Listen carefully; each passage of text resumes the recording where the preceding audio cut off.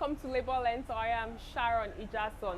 On this week's episode of the program, we will be focusing on the issue of the implementation of the new national minimum wage. We will be right back.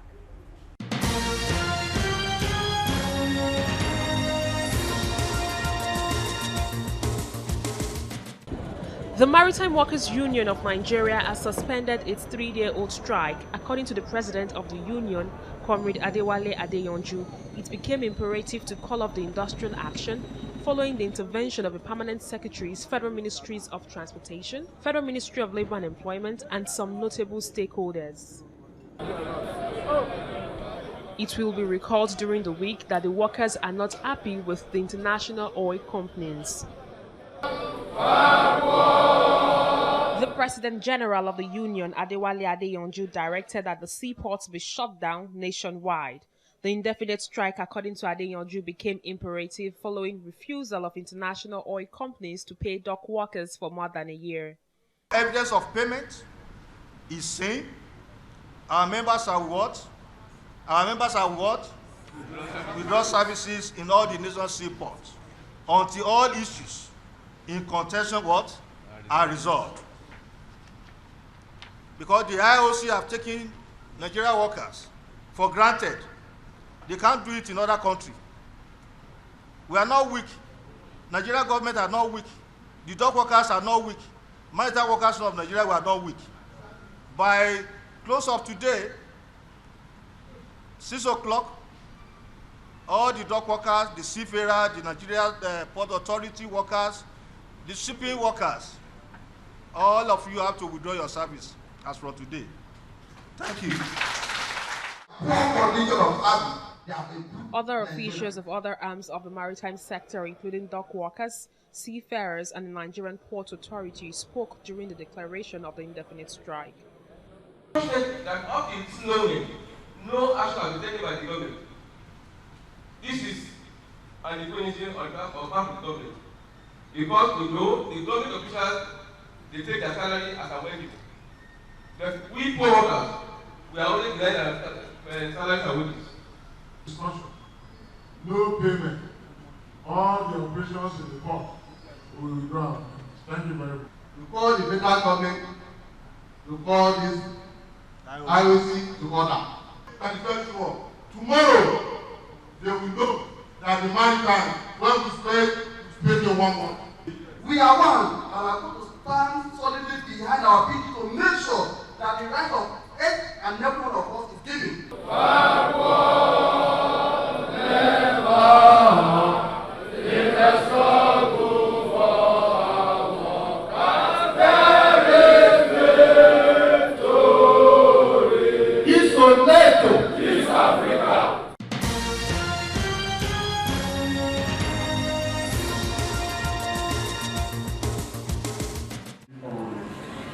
The Institute of Chartered Secretaries and Administrators of Nigeria held its induction ceremony in Lagos, Nigeria.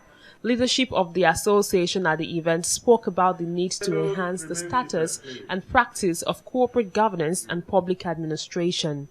The association hopes that there will be a public sector code by 2020. We are having the best among charter secretaries as at now, being conferred with the status of fellowship, and in addition to that, we have some new graduates also joining the scheme, those who passed the examination recently. And it's unique because this is 2019. We are having also change in government in 2019 at the Institute. And it's a celebration of success because we are expanding our membership base. And that is good for the Institute, it's good for the nation as a whole. For all of us who actually understand that the Nigerian system, the Nigerian economy needs a huge implementation of corporate governance for us to be able to come out of some of the challenges that we are facing. And you need professional institutes like ours who pride themselves as being in the forefront of corporate governance to be able to drive those issues, issue of transparency, issue of accountability, issue of good governance. And these are the things that we stand for, and these are the things that we're basically pushing. It's our vision that by the time some of these issues are implemented all over the environment, it becomes much more easier for us to find value for governance that we're talking about. And we just hope that as much of these things that we preach and the better for the nation and for the better for all of the citizens that are in that nation too.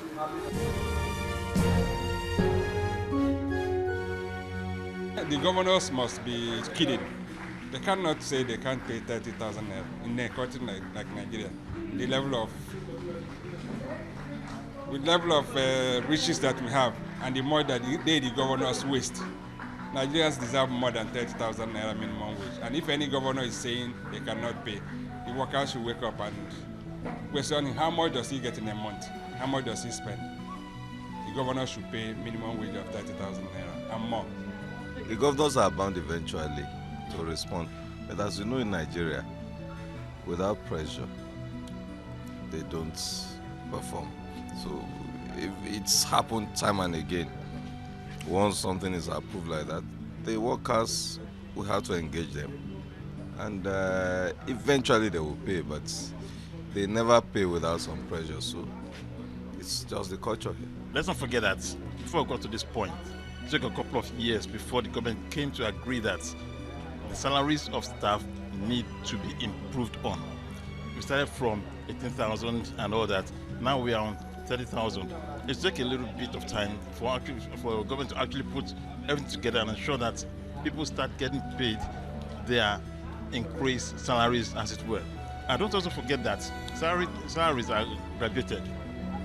The list now is 30.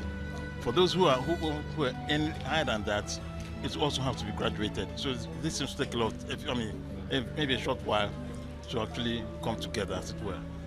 It's very unfortunate. I think it's about the problems we have in the country, that people work and somebody is comfortable not to pay them. All that the governors need to do is to reprioritize what they are doing. We know that some governors have what they call security budgets running to billions of naira. We also know that there's some unquantifiable number of vehicles and aids they have. All they need to do is to reduce these numbers, reduce the money, reduce their aids and whatever that attach to the offices, and they will be able to pay the salaries. What they keep saying is that the money is not there for them to pay. Some claim they have low IGR and whatever. But whatever the situation, there is no state in this country that even their take away from the federal accounts cannot go a long way in meeting all their needs, if only they are able to reprioritize what they do in their states. I know very well that things are difficult, the economy is low, oil prices are not the way it used to be. But the truth of the matter is that if they're able to reduce the number of people they keep around them, hangers-on, aides, PAs, and all the rest of them, and then be patriotic for once and seek the face of God, there's no way they cannot pay these minimum wages.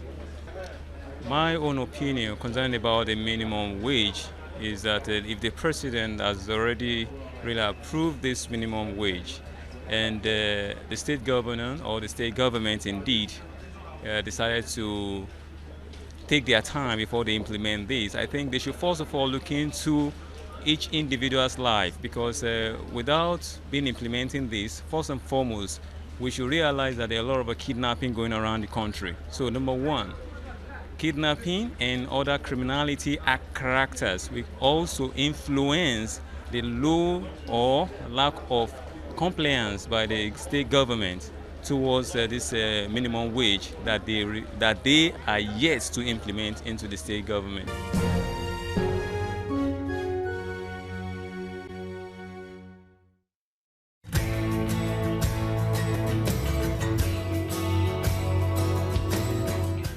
On the profile interview segment this week, I will be speaking with the Secretary General of the Association of Senior Civil Servants, Comrade Basiro Lawal. It tells me that the Public Service Union are getting ready for a possible strike if the federal government does not yield to their demands.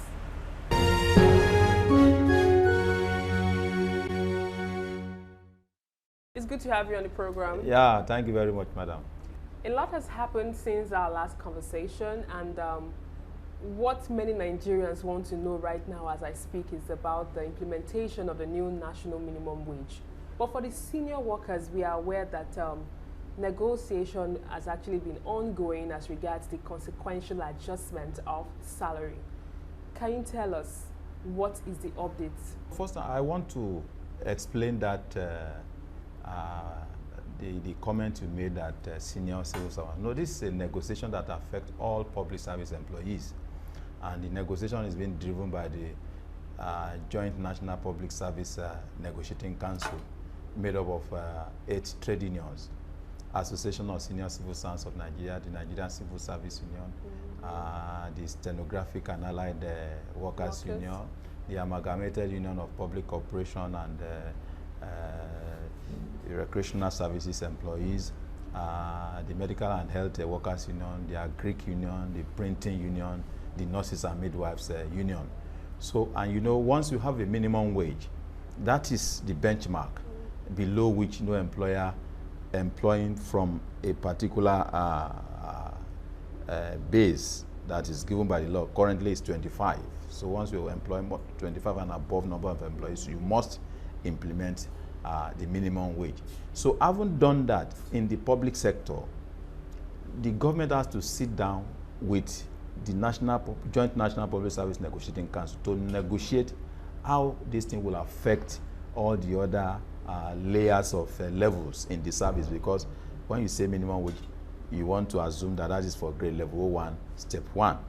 Since ab initio, presently what we have for level 1, step 1 is 18,900, and then surely if you are putting it at 30,000, you have to adjust others. Otherwise, level 1 will be earning more than level 2, more than level 3, and so on and so on. So up to level 6, we have no problem. We made effort. They set up the committee to negotiate the consequential adjustment arising from the new national minimum wage of 30,000. The committee was inaugurated by the Secretary to the Government of the Federation, and we started meeting. And normally, the plenary session cannot handle the detail in terms of computations. So the chairman of the committee, the head of service, now set up the technical committee to work out the detail, made up of 6 from the unions, 6 from the other side, plus the chairman of the committee. So we started work. We were doing very fine. Work out different scenarios. In the beginning, we were saying, since minimum wage moved from 18,000 to 30,000, that is 66.6%. So move all the other grade levels by that percentage, so that the salary differentials between each of the grade levels will be maintained. There will be no distortion in the salary circle. They shouted that the wage bill will be thrown out of the window. They will not be able to pay. It will create this, it will create that. We argued that. Later, we moved back.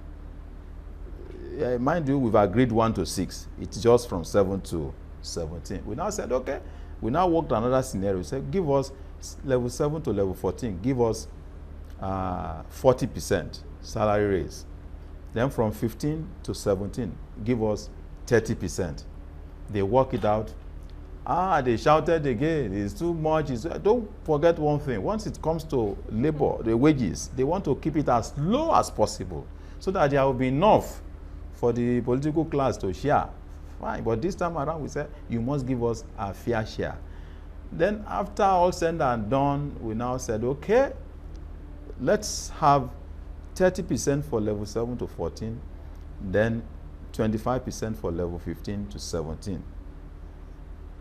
That's our position. They are saying no, their own position is that 7 to 14 will take 9.5%. Where do you go with that one? Then 15 to 17 will take 5%. Say why? Now they are now coming up with the issue of budgetary provision. Say budget is not cast in stone as far as we are concerned. And moreover, when you are imputing the figure into the budget, you never consulted anybody, you never consulted labor. So you put the figure that you like there. Now you are coming to negotiation. If you knew that was what you want to do, then maybe you will have issued a unilateral circular and so workers will know where the problem lies. But when you are talking of negotiation, you don't have an answer. You are now start working at what the questions will be to be able to get that answer. It's an aberration. It's never done. So at that stage, you say, okay, at the technical committee level, let's capture a report. The government side is saying 9.55 for those levels we will talk about. We are saying 30% for 7 to 14, 25% for 15 to 17. Capture that as our own position. Then capture your own position. Then let's go to the plenary. Then we start the job there. I said no. The term of reference given to us is that we should work in tandem what is in the budget. I said nobody gave us that term of reference. The term of reference given to us was to work out consequential adjustment based on economic realities. And when you talk of economic realities, as you are looking at the side of employer, you're also looking at the side of labor. You know fully well that the last increase at all came up in 2010. And because minimum wage came just some few months after, they added 900 naira. So nobody really bothered much. Say, okay, we had an... But this time around from 2011 to now, no dime has been added. And you remember fully well that we had this issue of petroleum price increase along the line that moved the price of petrol to 145 naira. And, you know, Labour went to the street. Before you know what is happening, they were placating us that, okay, government will do this, government will do that. Based on that, they set up the technical committee on palliative to cushion the effect of, you know. And we met at that committee level, did a lot of recommendations, fine, beautiful document. No single thing was implemented. So even if on the basis of that petroleum price increase, and you want to increase salaries to keep pace with how the prices of everything has skyrocketed, you cannot be talking of 9.5% or 5%. You cannot. Not to talk of, say, you didn't do anything that time, and a lot of other things have taken place within the national economy, particularly the devaluation of the naira, which is a free fall. We don't have control over it. They are the ones running the government. So what we are saying now, with all these variables that have been thrown over, but you can't keep wages down. So what we are saying is give us something fair. 30% is fair enough for 7 to 14. 25% is fair enough for 15 to 17. It will be a little bit fair. You know, even though it will have created some distortion in the structure, but at least we can still manage that for now. So at that stage, the plenary started around 2:30. The head of service came, and they said, oh, we should give them some time for them to discuss, which is a normal thing in negotiation. So before we came back, the head of service too was insisting that what she said was that we should work this in tandem with what is in the budget. We said, no, somebody has been recording us. Play the tape and let us hear, but which they refused to do. So at that stage, the chairman of the committee said, well, they are joining Sineda. He said, no problem. So as we are now, we have to start talking to our members. We've started mobilization. We are meeting on the 16th in Abuja. All the State Council of Joint National Public Service Negotiation will be meeting in Abuja. We'll brief them what has happened. They are the ones that sent us this assignment. So they will now tell us what to do next. That is the stage we are now. Now that you've said that you are mobilizing workers or your members on the next line of action, I would like you to state clearly what was the agreement that the tripartite committee actually had and submitted to the president, which he also gave his accent to. No, the tripartite committee, their own is just to work on the minimum. That is the minimum wage. That yeah, is I'm trying to look at that argument that you had during the meeting with the other, with the employer side or the government. Okay, this consequential adjustment. No, because saying that you should go in line with the budgetary allocation. Is that what the tripartite committee actually recommended during negotiation? No, the tripartite committee, that is not within their own purview. Okay. Their own is just to recommend the national minimum wage, which they have done. Okay. So the national minimum wage operates both in the public and private sector. As we speak, in the private sector, they are also doing a lot of negotiations as to how they are going to adjust salaries to be in tune with what the new national minimum wage is. In the public sector, this is what we are trying to do now. Well, now that you've said that your members are already ready to take the next line of action, which is going on strike. Is there anything you think the government can do to ensure that probably this strike doesn't? No, it's to resume negotiation and be open, and forget about this issue of saying you are going to work.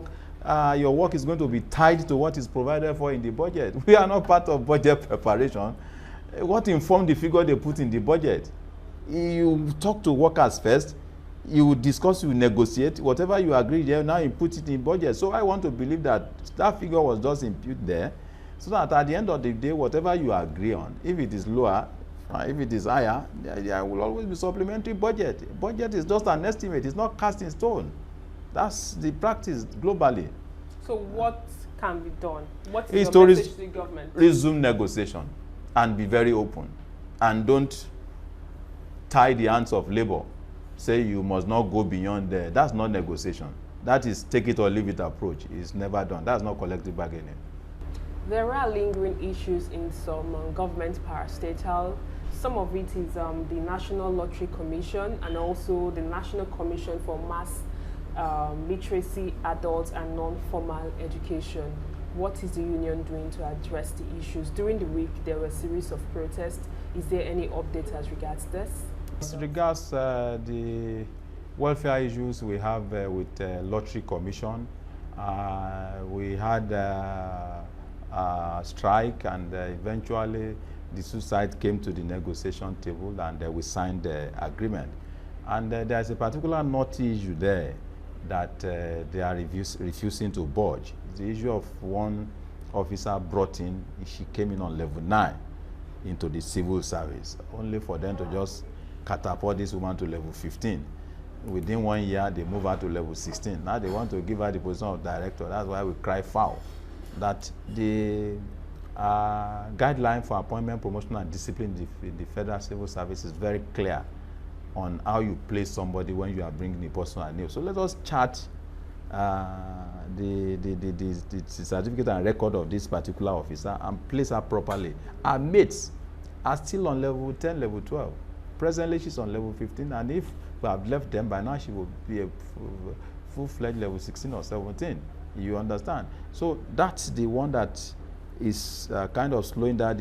As for the other issues they are implementing, and we are also monitoring, if there is any breach along the line, we will react appropriately. The Executive Secretary of NHIS, Dr. Yusuf, has officially been removed by the presidency. What are the lessons for Labour as regards the several issues that arose while he actually served the country? Yes, the removal of Professor Yusuf is long overdue. As we've been saying, it's a good riddance to bad rubbish.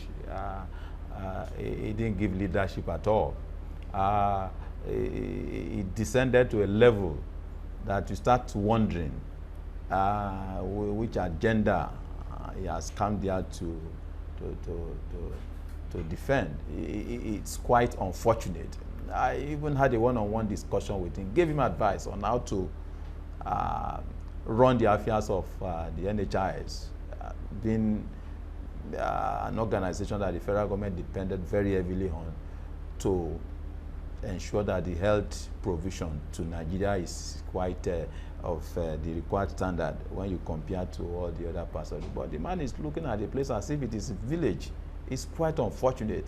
So finally, going back to the issue of minimum wage, can you explain to us what is the well-being of the members of your union? Because I attended the TUC conference about a week ago, and I could see the agitation of members when it actually has to do with minimum wage. Yeah, expectation on the part of public service employees is very, very high.